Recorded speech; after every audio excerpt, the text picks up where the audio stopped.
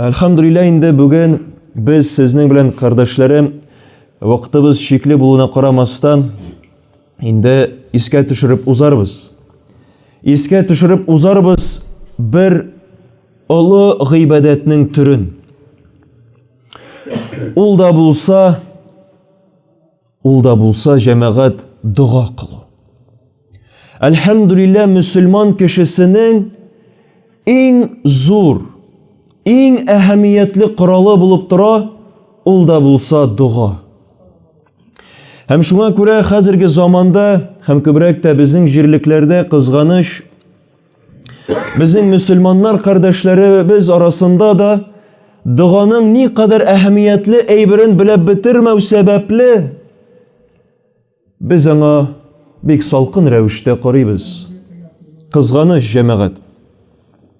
Hem şuna göre biz bugünkü vaazimizde ne kadar güçlü ikenin, ne kadar ehemmiyetli ikenin bizning turmuşumuzda dua kılunun indi ayrıca bilgilep öterbiz inşallah. Ey cemaat, eğer de biz bilsek idi, hayallarını şınğa aşırır için, bizge cemaat ellen indi tılsımlı tayaklar, ellen indi talismanlar, ellen indi başka eybirler gerek mi yok? Elhamdülillah. Jite baratik dua kılığına elhamdülillah. Hem cemaat dua kılı subhanallah Kur'an'da qarasak, sirada qarasak, hadislerde qarasak köpme peygamberlerini, köpme evliyelerini türlü bela kazalardan kutkargan. Baratik dua kılı sebepli. Eğer de gadi kişiler arasında gına da qarasak, misal bulup dura subhanallah nindidir bir rak bilen şirli kişiler yoki başka onkologiya türlü stadiyada bulgan kişiler dua kılı sebeple subhanallah Allah'ın şifasına erişken. Hatta ki şifahanelerde işlevşi kişiler aptırap kalgan haller buldu. Nişik şulay? Nerse işlediniz? Kişegine var idi sizin onkologiya soңғы stadiyası bugün yok. Koyda nişik nerse buldu? Aptırıydılar. Mine ol cemaat dua kılının küçü, dua kılının ehemmiyeti. Dua kılının bula özüne göre onun oranı, bilgili vakıtı, haleti, hem başkası. Elhamdülillah. Hem şuna göre dua kılının gıybadet ikenin Allah Rabbimiz özünün Kur'an-ı Kerim'inde 40. sure 60. ayetinde bizge ilan ite. Euzubillahimineşşeytanirracim. Ud'uni estecib lekum dedi Allah Rabbimiz. Mina yani Rabbimizga dua kılığız diye Allah Rabbimiz. Hem min sizge cevap verirmin dedi. Subhanallah. Elhamdülillah Allah Rabbimiz va'da birdi. Dua kılığız. Min cevap verirmin dedi. Subhanallah. Biz biliriz Allah Rabbimiz nersenedir va'da iteyken ol va'dasında tura. Hem kamil revişte başkara va'dasın. Elhamdülillah. Ama şuluk ayetinde Allah Rabbimiz devam etip ayte. Eğer de kimdir tekebirlenip dua kılmayken mina karata kimsetilgen revişte tomukka kirir dedi. Nerse tekebirlenip dua kılmağı sebepli Allah Rabbimiz ol kişini kimsetilgen revişte tomukka kirtir dedi subhanallah. Peygamberimiz sallallahu aleyhi ve sellem'nin hadislerine kelgende hem şunun birisi Peygamberimiz sallallahu aleyhi ve sellem aytты: "Ад-дуа хувал ибада." Abu Davud, At-Tirmizi, Ibn Majah жиынтыкларында килә. Ягъни дуга ул гыйбадат диде. Әлхәмдүлилләһ, җәмәгать. Һәм күрәбез, Аллаһ Раббыбыз күрсәтә дуга кылу ул гыйбадат, изге гамәл. Һәм без дуга кылудан куркырга яки оялырга тиеш түгелбез. Юк, киресенчә дуга кылмаудан куркырга. Дуга кылмаудан оялырга тиеш җәмәгать. Ни сәбәпле? Чөнки дуга кылмаучыларны аяттан күрдек нинди җәза көткәнен. Субханаллах. Һәм уйлап карагыз җәмәгать. Тәкәбберләнеп кеше Аллаһ Раббыбызга дуга кылмый икән димәк, ул үзен бер нәрсәгә дә мохтаҗ түгел дип, үзен бер ниндидер илаһ кебек игълан иткән кебек хәлдә була җәмәгать. Бер нәрсәгә дә мохтаҗ түгел, нишләп мин дуга кылыйм, миңа бер нәрсә дә кирәкми дип уйлаучы кеше, Аллам сакласын, үзен бер нәрсәгә дә мохтаҗ булмаган илаһ урынына куя. Түгелмесең җәмәгать. Субханаллах. Һәм бар бүтән хадисләр кайсысында Пәйгамбәребез саллаллаһу алейхи ва саллям әйтте: Аллаһ Раббыбыз ул юмарт. Аллаһ Раббыбыз оялучан.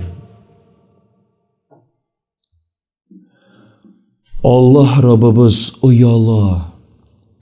Кайчан аның кылы кулларын күтәреп аңардан сорый. Һәм Аллаһ Раббыбыз ояла аның шушы кулларын буш халәттә кайтарырга. Субханаллах. Кем ояла? Аллаһ Раббыбыз ояла, субханаллах. Ниндидер бер Татарстандагы булган, Шаллы шәһәрендәге булган, Сидоровка бистәсендәге булган кылының кулларын буш халәттә кайтарырга Аллаһ Раббыбыз ояла.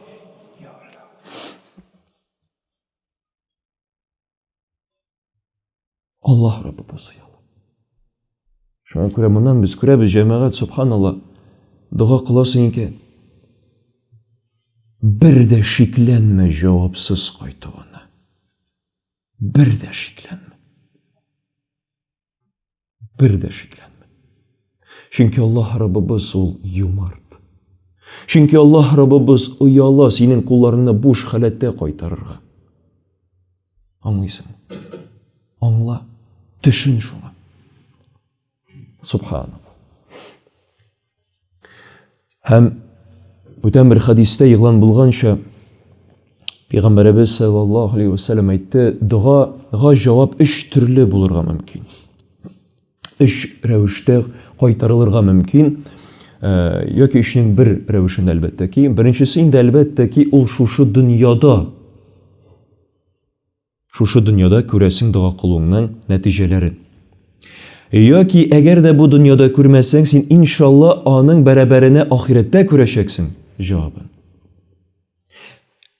Һәм шуны да әйтергә кирәк, ахирәттә күрүең тагы да хәерлерәк, субханаллах. Тагы да хәерлерәк. Һәм 3-нче рәвеше, варианты, ул да булса, шушы дуга кылуның көченә карап, шушы дуга кылу көченең бәрабәренә Аллаһ Раббыбыз аңа тиң тигез булган ниндидер бәладән сине коткара. Ягъни күрәбез, 3 рәвеш. Әмма юк, алар арасында җавапсыз калдырган вариант юк. Барыбер җавап кайтарылачак. Әлхәмдүлилләһ. Шуңа күрә, мөхтәрәм дин газиз кардәшләрем, без әлхәмдүлилләһ онытырга кирәкми, кемгә без дуга кылабыз. Никадәр бай, никадәр бер нәрсәгә дә мохтаҗ булмаган, никадәр юмарт һәм оялучан Раббыбызга дуа кылына торга кирәкми җәмәгать. Чөнки аның нигъмәтләрен без көн сайын күреп торабыз, әлхәмдүлилләh. Үзебезнең тормышыбызда да, читләрнең тормышында да җәмәгать, әлхәмдүлилләh. Шуңа күрә бер галим бер кешенең солтанның ишегенә килеп нәрсәдер сораганын күргәч, әйтте: "И кеше", диде. "Син ишеген ябып, үзен фақирлектә күрсәткән, байлыгын яшергән кешедән нидер өмет итеп ишегенә шакыйсың. Ишеге ябык кешенең, ә ишеге ачык, байлыгы күрсәтелгән. Аллаһ Раббыңа ялвармыйсың", диде. Субханаллах. Шунлап та җәмәгать, без вакыт ишеге ябык, байлыгы яшерелгән кешеләргә мөрәҗәгать итәбез. Ә шул вакытта, субханаллах, бай Аллаһ Раббыбызга мөрәҗәгать итмибез, субханаллах. Кешедән ниндидер ярдәм өмет итәбез. Ә Аллаһ Раббыбыздан өметебезне үзәбезме? Субханаллах. Аллаһым сакласын. Җәмәгать. Шуңа күрә, мөхтәрәм газиз дин кардәшләрем, инде вәгаземне йомгаклап, рөхсәт итегез берничә генә димәк, нечкәлекләрен дуга кылуның һәм дә инде әдәпләрен әйтеп узарга, иншалла, дугабыз чынлап та барып җитсенгә, чынлап та ирешсенгә, иншалла. Ул да булса беренче әдәп дуга кылганда шикләнмәү. Дуга кыласың икән, Аллаһ Раббыңның сиңа җавап бирүендә шикләнмә, өметеңне үзмә. Бел, Аллаһ Раббың җавап кайтарачак. Икенче әйбер ул да булса, шушы теләгән әйбереңне 3 тапкыр кабатлау. Бу сөннәт буенча. Нәрсә телисең, 3 тапкыр кабатла дугаңда аны, иншалла. Өченчесе, сораган идем Раббымнан, менә җавап кайтармады дип әйтү харам, ярамый җәмәгать. Хәттәки кылган дугаңны да харап итә, юк итә җәмәгать. Шуңа күрә алай әйтү ярамый җәмәгать. Дүртенче, ул да булса тиешле урын, тиешле вакыт һәм халат. Тиешле хәлдә әлбәттә ки. Бишенчесе, ул да булса тыныч кына сорарга. Тыныч кына, нык кычкырмыйча. Алтынчысы, хәмид, Аллаһ Раббыбызга хәмид мактау белән башлау һәм Пәйгамбәребез саллаллаһу алейхи ва сәлләмгә салават әйтү. Дугаңны башлыйсың: "Әлхәмдүлиллаһи раббил аламин ва салату ва саламу ала набийина расулина Мухаммадин ва ала алихи ва сахбихи аҗмаин" дисең дә мәсәлән, һәм дуга кыласың. Һәм ахырда да дуга кылганнан соң йомгаклыйсың нәрсә? Хәмид сана белән һәм салават белән. Җиденче әдәп, ул да булса халал ризык ашау, халал кием кию, халал мал. Һәм да инде сине кимсеткән кешеләрне нәрсә? Гафу итү, алар белән килешү һәм тәүбә кылу. Халаты бик мөһим җәмәгать. Һәм инде 8нче, ул да булса кыйбла ягына таба карап, кулларыңны күтәреп, күкрәккә тигез, иншалла, дуга кылу инде. Менә шушы дуга кылуның нечкәлекләре, әдәпләре җәмәгать. Әлхәмдүлилләh, менә шуларны иншалла без үтәсәк, шундый рәвешле дуга кылсак, әлбәттә ки Аллаһ Раббыбыз җавапсыз калдырмый. Һәм әлбәттә ки, әгәр дә бу хәерле дуга икән, шуның туры кирәкме? Әгәр дә бу дуга кылу ниндидер кемгәдер ләгънәт сорау, яки туганлык җибен үзү, яки анда нидер бүтән гынаһларга илтә торган дуга икән, юк, җәмәгать. Андый дуга кылу ул тыелган беренчедән, һәм аңа җавап кайтарылмаячак. Хәтта киресенчә, Аллаһ сакласын, сиңа күзге кебек кайтачак, субханаллах. Үзеңә кайтуы ихтимал. Аллаһ сакласын. Шуңа күрә, мөхтәрәм газизләрем, Аллаһ Субханаһу ва Тааля һәрберебезгә дөрестле рәвештә, ул разый булган, ул яраткан рәвештә дуга кылып, шушы олуг ибадәтне онытмыйча, ешрак аңа дуга кылып, гомеребезне яшәсәк иде. Һәм Аллаһ Субханаһу ва Тааля һәрберебезгә дә гаилә әһелләренә аңа гына гыйбадәт кылып, аны гына яратып, аны гына сөеп, аның кушканнарын башкарып, тыйганнарыннан тыелып яшәргә насыйп итсә иде. Һәм инде мәңгелек фирдәүс җәннәт әһелләреннән һәрберебезгә дә булырга насыйп итсә иде. Безләрне, безнең гаиләләребезне ширк гамәлләреннән, бидгатьләрдән, фитнәләрдән, кабер газапларыннан, җәһәннәм утларыннан имин кылса иде, саклый күрсә иде. Субханакаллаһумма бихамдик, ашһаду ан ла илаха илля ант, астагфирук ва атубу илейхи, иннаху сами'уд дуа. Мы работаем для вас. Поддержи наш проект. Не забудь поставить лайк этому видео, подписаться на канал и включить уведомления.